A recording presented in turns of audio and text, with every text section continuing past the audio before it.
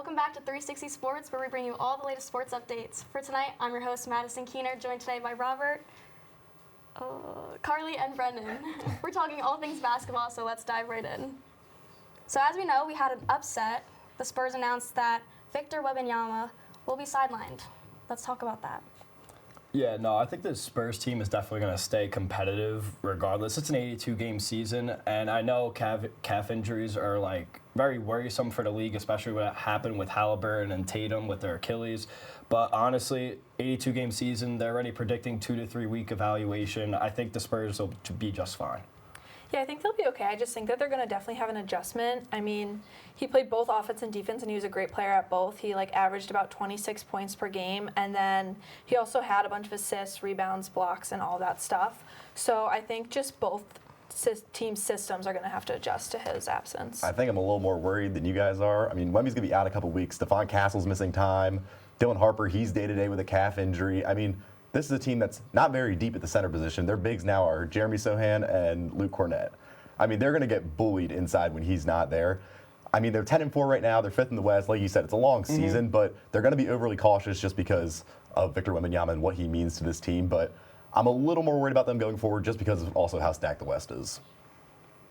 Yeah, I believe their record is 10-4, so I think they should be pretty good with that. Also, the bottom of the West is also, it's not very competitive. When you see that play-in spot and you see, okay, if the Spurs are dropping games and let's say they have to go to the play-in, I don't think they're going to be, out of playoff contention at all. Because if they are, tenuring Wemby and, making sure he's 100%, they want him to go all the way into playoffs and have a deep playoff run with this team, give these young players some playoff experience. That's the goal for this roster right now. So as long as they get Wemby healthy for that end stretch, I think they'll be all right. And I think they already are overperforming to preseason expectations, but looking at it individually with Wembanyama, he's probably not going to play 65 games. It's going to be back-to-back years where he's not going to make an All-NBA team and he's not going to win Defensive Player of the Year because of this 65-game minimum.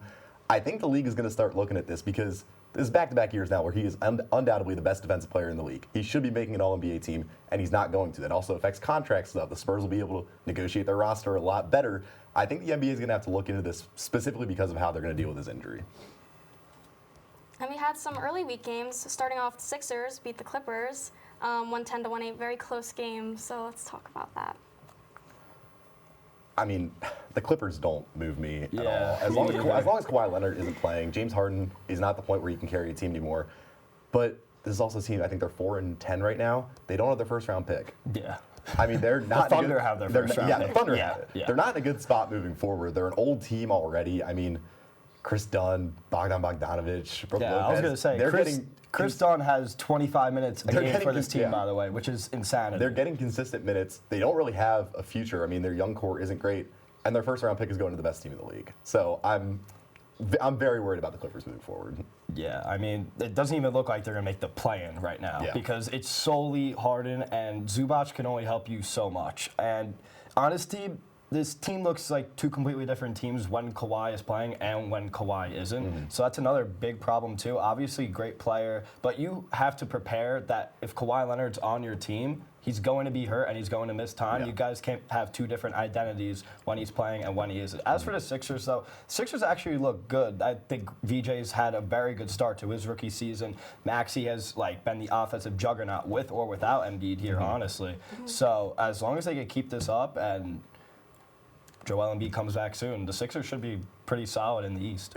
Yeah, I think the Sixers put on a really good performance, especially in that comeback in the fourth quarter. I feel like, it was just a great game that they put on. Yeah, because I believe Tyrese Maxey dropped 39 points, which is, very He's averaging impressive. 32.5 right now. Yeah. I mean, he looks like the best guard in the East. I'm not going to. In the East, best guard in the East. Yeah. And him paired with VJ, they are a good duo. And then moving on to the Cavs beating the Bucks, 118-106. I mean, Giannis started this game first 13 minutes with 14 points and then goes out with a groin injury, and he's going to be out for around 2 weeks. This team is not very good without Giannis, honestly. It's very different from the Spurs because at least with the Spurs you could have some young guys to rely on and go to if they are playing. But with the Bucks, you don't really have a number one option if Giannis isn't playing. I mean, you have like some other guys like on the bench that could rotate and maybe give you 20 here and there, but I don't think the Bucks are going to have a very fun next 2 weeks. I don't even think they have a number 2 option without Giannis. I think he makes up the entirety of the scoring and then some. Without him, I mean, this team is pretty screwed. I mean, he needs to be there for them to have any chance at a playoff run in a weak East. Yeah, I agree with you guys. I feel like that pretty much just sums up all the notes that I had. So.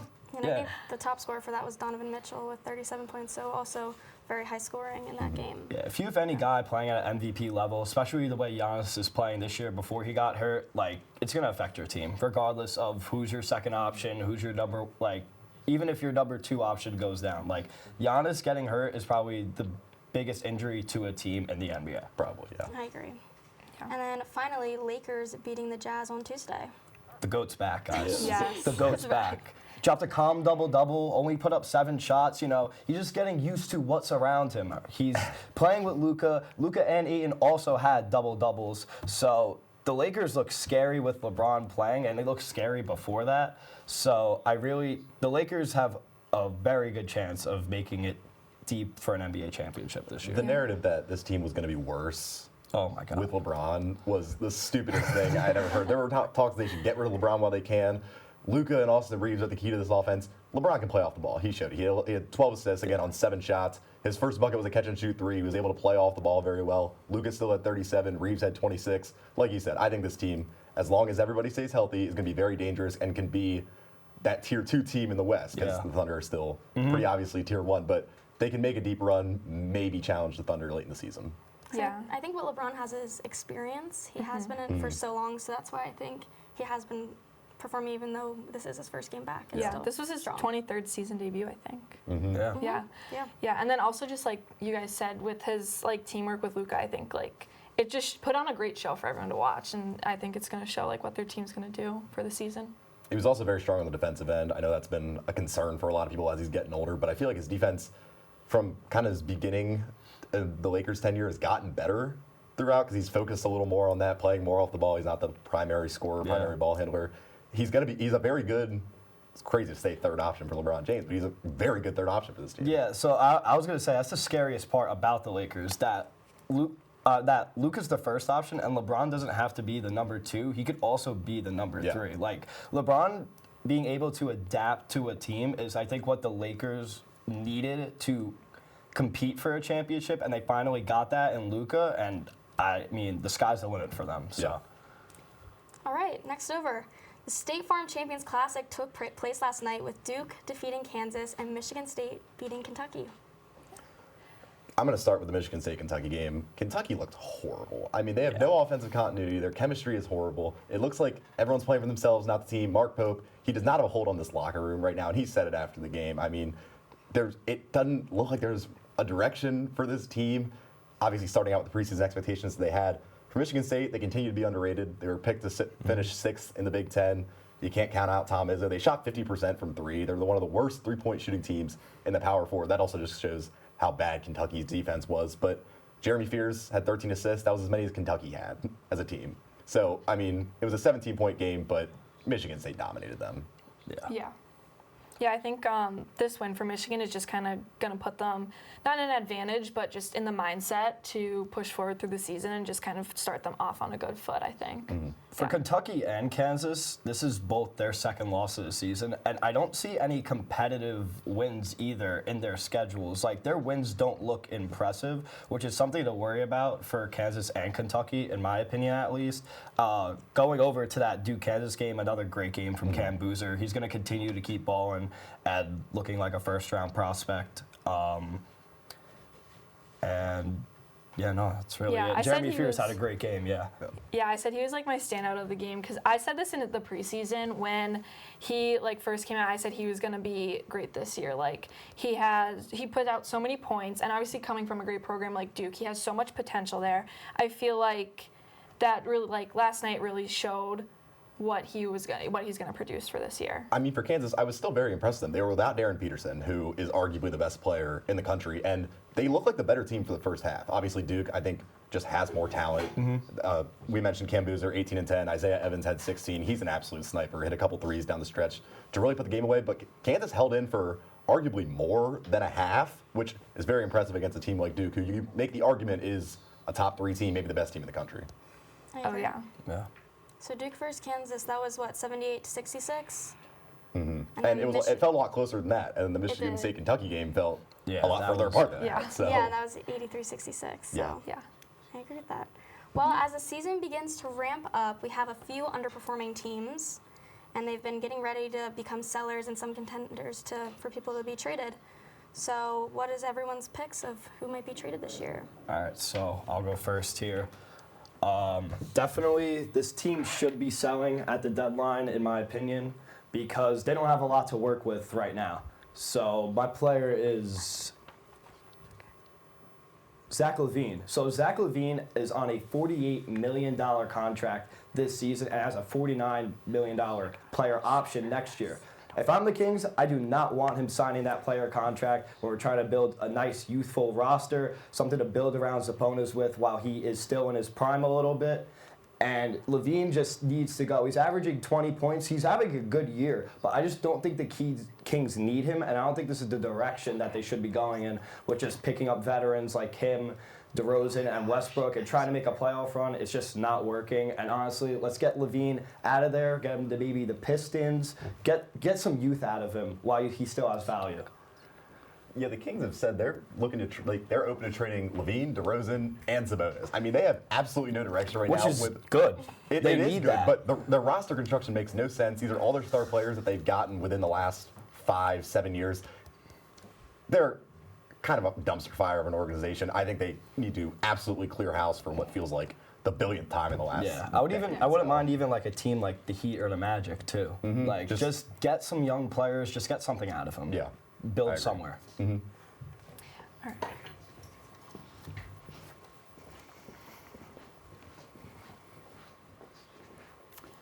Okay, so for my board pick, I'm going to have to go with CJ McCollum of the Wizards.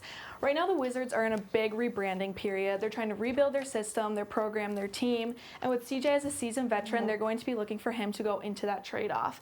He's a great player offensively, putting up a lot of points, which is going to give him a high candidacy in that trading system. I think that teams like the Dallas Mavericks, maybe even Miami Heat, who need another scorer, are going to be looking for him as a great offensive player.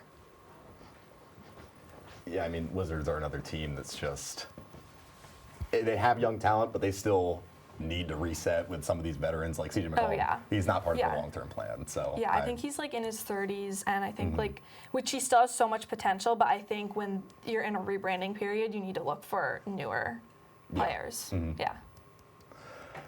All right, I'm gonna go with a guy who I think has been rumored to be a trade candidate for a while, but has never gotten moved. I'm going with Lauri Markkanen.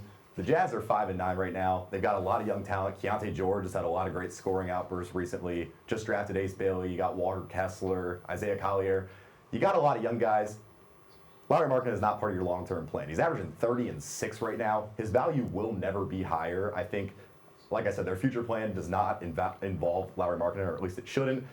If you're going to trade him, now's the time to do it. Get him to a fringe contender, maybe a team like the Knicks, the Timberwolves, a team that's looking to compete now, needs a scorer. You're not going to get more for Lauri Markkanen than you can right now. Absolutely breaks my heart that Draymond Green said no, and the Warriors were like, you know what, Draymond, it's all right. We won't get Lauri. It's all right. It would have fit really It well. would have been 'cause perfect, honestly. Jimmy Butler is a third scoring option because that's what it would have been. I mean, you're talking about a team that in the West could still be a top 4 team. It is a shame that Draymond said. Yeah, makes me but sick. It's a shame he has that authority. to Yeah, begin yeah, with. it really is. Alrighty. For my board pick, I wanted to go with Anthony Davis. So as we know, recently their general manager was fired, and right now their record is 4-11, which is very unperforming. And I think with this team, with Cooper Flag on it, they're going to want to rebuild and bring these young players to bring over to him. So yeah. It's an absolute travesty how the Luka Doncic trade has shaped up Yeah, to be. the fact that they're not even letting the trade marinate and they just kick Nico out immediately too. Like maybe you could work with something here. Maybe when Kyrie and AD are getting healthier, but like with AD, he's never getting healthier. But at least you could wait for Kyrie to come back and see what we could do maybe in the second half of the season. It's just disappointing. Especially when Nico Harrison, when he made this trade, said it was going to be a 2-year window. That's what he was looking for to win a championship. And now you're not even halfway through year 2, and you're already looking to trade what you got for what is a top 3 player. They wanted to win now, but they were in the finals before they traded for Anthony Davis, so Yeah, I'm not really sure. It's ridiculous. Yeah, because like you said, he does get injured a lot, and he is a very expensive player. So I think finding those new players that can take over, I think that'll be very helpful for them in their upcoming seasons. And as he's getting older, I mean, what value are you really going to get for him at this point? It's going to be like, I mean, less than half of what a Luka Doncic would be, as long as, I'm not sure exactly how old he is now. He's in his 30s, but again, extremely injury prone, injured now. It's a horrible situation for Dallas. I agree. Okay, next topic, the upset. We had a crazy upset. D3, University of Scranton defeated D1, University of Pittsburgh, 69-63. Yeah. I mean, I just have to say, growing up in Scranton, I was really excited about this. I come from Scranton, so I had to talk about this. I mean, I don't think it was the craziest thing to ever happen in college basketball. However, I think it was really shocking and very exciting for a lot of people, especially because Pitt is historically known. Like, it's a great basketball school. And Scranton, not that there's nothing good about it, but it's a D3 school from a place where a lot of people don't really know. So I think that them playing this huge collegiate team that is really great at basketball, I think it was shocking for a lot of people, but I was really glad they upset Pitt. So, I mean, I think it is, in our lifetime at least, the biggest upset that we've seen in college basketball. I mean, we've seen D2 teams upset D1 teams. We saw it in men's basketball this year, but the gap between D3 and D1 is so large. And this is a game this doesn't even count as a win for Scranton. This was technically a scrimmage game that Pitt was going to count, Scranton wasn't, and these D3 teams, NCAA allows this because they don't want it to go against Scranton's record. Yeah. Because they know this never happens. Yeah. And this wasn't a game that Pitt was up for a while and then just blew it. Scranton was up 10 at halftime. They were up 14 at one point. They led for almost the entirety of this game. I mean, this is just a complete anomaly of a basketball game.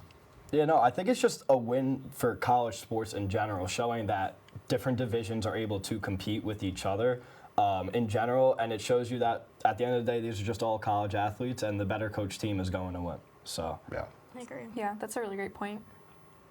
And we have some exciting games for tonight. Arizona at UConn tonight at 7. What are your predictions for that game? I feel like UConn. I mean, first of all, they have the home court advantage, always a strong pro. And then they have such a strong defense. I feel like they're going to put Arizona's offense in a weak and stressful environment, and I don't know if they're ready for that. I feel like their ability to execute in these strong, close games is really gonna pay off in this game tonight. I can't bet against Dan Hurley at home, especially Arizona. These cross-country trips midweek, I feel like a lot of people don't realize how hard, because at the end of the day, this is college kids that we're talking about. I mean, this is, and especially going to stores, like you said, which is one of the toughest environments in college sports. The one matchup I'm really looking for is Pete from Arizona, 6'8" freshman. He put up 30 in his debut game against Florida versus Terrace Reed, the Michigan transfer. I think it's going to be a very good battle on the inside. I'm going to go with UConn, though, just because, like you said, the home court advantage, and I can't bet against Dan Hurley right now. I'm 100% going UConn because of Terrace Reed. He's been a dominant force for this team. And Alex Caravan is shooting 63% from the three-point line, which is unbelievable. And if they're hot now, I don't see why they wouldn't be hot against Arizona. I really do like Terrace Reed, though, a lot. Yeah, he's averaging 20 and 9 this season. So he's the leading scorer on the number 3 team in the country right now. And the next game, Alabama versus Illinois tonight at 9. What are our thoughts for that prediction? I think we've seen a lot more from Bama in 3 games than we have from Illinois in 4. But I'm just going to take Illinois here just because I just think they're just going to come out top, stay undefeated. And Bama's known to drop these games, especially with basketball. They always fluctuate. So I'm going to go with Illinois on this one. Yeah, I'm going to have to go with Illinois, too, just because also, Alabama, I feel like it's not a big basketball school. And then the only thing I would feel like that Alabama could win this game is if they get on a strong scoring streak. I feel like that's gonna mess up with Illinois a little bit. They're not gonna be able to keep up, and then Alabama's just gonna take that wave and run with it. And I feel like that would be their only challenge. But Illinois is better on the boards, and I feel like they just have the better statistics here, and I feel like they're going to win. Alabama got severely out-rebounded by Purdue when Alabama last played. Illinois is second in the country in rebound margin. But I'm going with Alabama. They got 6 days off. They got severely out-rebounded by Purdue, who's like the best team in the country, second best team in the country, however you want to slice it. They only lost by 7. Now you get 6 days off. I really like this Alabama team. I love their offense. I love their pace. I don't know how much I trust Illinois right now. Like you said, we've seen more from Alabama. Yeah. Going into MSG and beating St. John's, whatever you think of St. John's right now, I think it's a very impressive win. I'm going to go with Alabama. It's not crazy. It's not. It's really not. That's why, I kind of, contradicted myself in the beginning there, but I feel like because we haven't seen enough out of Illinois yet, that this is the game that they're just going to show everybody, okay, we're going to be a good basketball team. Yeah, I definitely feel like it's going to be a close game. I think it's going to be challenging for both teams. Alabama, they made a lot of mistakes in the game against Purdue, and they lost by 7. So I think that was not the best version of them. I don't even think against St. John's, even though that was a back-and-forth scoring game, I don't think that was the best of them. I think their best offensive performance is still to come. Whether or not it's this game, I still think we have more to see from them, and I expect to see it tonight. And I think this game is more of a coin flip, but the Rockets are versus the Cavaliers also tonight at 7.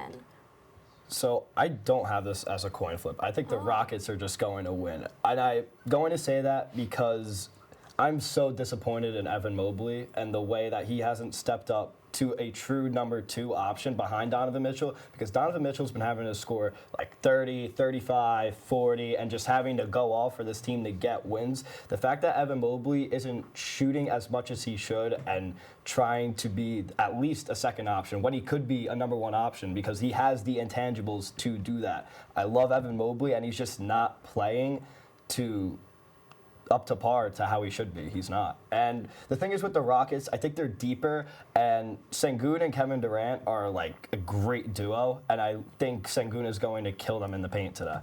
Yeah, I feel like the Rockets are also going to win. I mean, I feel like they're really good off the board, which gives them so many more offensive positions than a lot of other teams. And then I feel like Cleveland's really likely to struggle with that and with their big shooters. So I feel like the Rockets definitely have a big offensive advantage here in a lot of different ways. You mentioned Evan Mobley not showing up still one of the best defensive players in the game. Oh, 100%. It's just that I really want him to just evolve his game as an offensive player because I see the potential, and he could be a prominent scorer in this league. He could be the next dominant big man in the NBA, and he's not playing up to that for me. But maybe I'm just getting annoyed. So. Well, in this game specifically, Evan Mobley might not be showing up offensively. Jabari Smith might not play. He's got a knee injury. That's also true, I think Tari Eason, obviously, he's going to be out for a couple weeks, so he's also not playing. I'm going to go with Cleveland. I think Donovan Mitchell poised for another big game. He's averaging 30 already so far. I'm still not a fan of Houston's guard play right now. I'm going to go with Cleveland. And then finally, we have Sixers versus the Raptors at 7. I have the Sixers, but what do you guys have for your I have the Sixers too. I mean, we talked about it earlier. They just put on a good game, and I feel like they have a lot of offense that can push past the pressure points that the Raptors are going to throw at them. I think the Sixers are going to come out on top on this one. I think the Raptors are actually going to win just because they're the healthier team right now. Embiid's not playing, and I don't think Kelly Oubre is either, which as it sounds like, okay, it's just Kelly Oubre, but no, that's a prominent wing for the Sixers team. He's averaging 18 this season. And earlier in the year, the healthier team's going to win. I have the Raptors. Brandon Ingram is coming off a pretty solid game, too. Hopefully Scotty could pick it back up. I'm just going to go with the Raptors in this one. I mean, they played 11 days ago. Sixers won. I'm going to ride the hot hand until they prove me wrong. I wasn't high on the Sixers coming into the season. They proved me wrong. I'm not going to bet against them now. Like we talked about earlier, Tyrese Maxey looks like one of the best players in the league right now, averaging 32. I expect, kind of like with Donovan Mitchell, I expect another big game out of him tonight. I just even with Kelly Oubre out, I like the Sixers roster a little more than I like Toronto right now. Do you guys have any exciting for NBA teams? Which ones you're most excited for this season to watch? Probably LeBron and Luka, just their teamwork. We talked about it earlier. It put on a great show. It didn't win the game, but it helped the game a lot. And I feel like those two team together this year is gonna be pretty exciting and very interesting for a lot of fans. I think it's remarkable that the Thunder are having as good of a year that they are.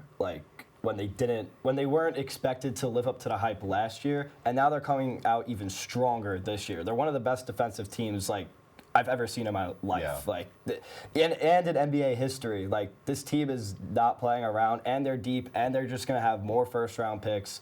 Like, Yeah. I don't see this Thunder dynasty going anywhere, which is scary because being a fan of the Thunder, I was scared going into this year because, we're going to have a little down year after you win the championship, but it doesn't look like the case at all. So makes me and Shai Gilgeous-Alexander very happy. So It's a team that you have to play perfect with them. But if you play perfect through 3 quarters, you're going to be exhausted. And then they're not tired and they kill you. If you don't play perfect through 3 quarters, they've already beat you after 3 quarters. But I want to take a moment. I want to shout out my Phoenix Suns. It's been a rough couple of seasons. They're the 7th seed right now. I was a little worried about how this Jalen Green fit was going to work. It's worked out pretty well so far. He's missed a little bit of time. Devin Booker looks awesome. Yeah. I don't expect this to be sustained. Maybe sneak into the play-in. I think a play-in would be incredible for their expectations going into this year, but very high on Devin Booker, very high on my Suns right now. Yeah, look at Dylan Brooks, too. Dylan Brooks is scoring. Yeah, it's a guy that I thought was going to be a 12-point-per-game scorer. He's taken over as when Jalen Green isn't playing, he is a second option. And it's a guy that, you talk about guys that you love them when they're on your team and you hate them when they aren't. Yeah. I never really got to experience that in any sports. This is the first time I get to experience that. I actually like watching Dylan Brooks play now. So it's a revelation. It's very exciting. No. And I know that March Madness is far away, but does anyone have any college basketball teams that they're really excited for going into that special part of the year? If it's not Houston's year now, I don't know if it ever will be. They'd be my pick right now. A team I'm very excited for, Gonzaga. They're scoring 94 a game right now. Now, they haven't played super stiff competition. This Players Weekend coming up, they play Alabama. That's going to be a fantastic game. I think they play Tennessee as well. That's going to be another great game. They actually stacked their out-of-conference schedule this year, so they'll be a little more experienced heading into postseason play. So I'm very excited for them. I'm really pulling for Houston because if they don't win it now, I don't know when it's ever going to happen. They've been my March Madness pick many times, yeah. So let's hope. Yeah. For me, I like UConn, man. I really do. I think who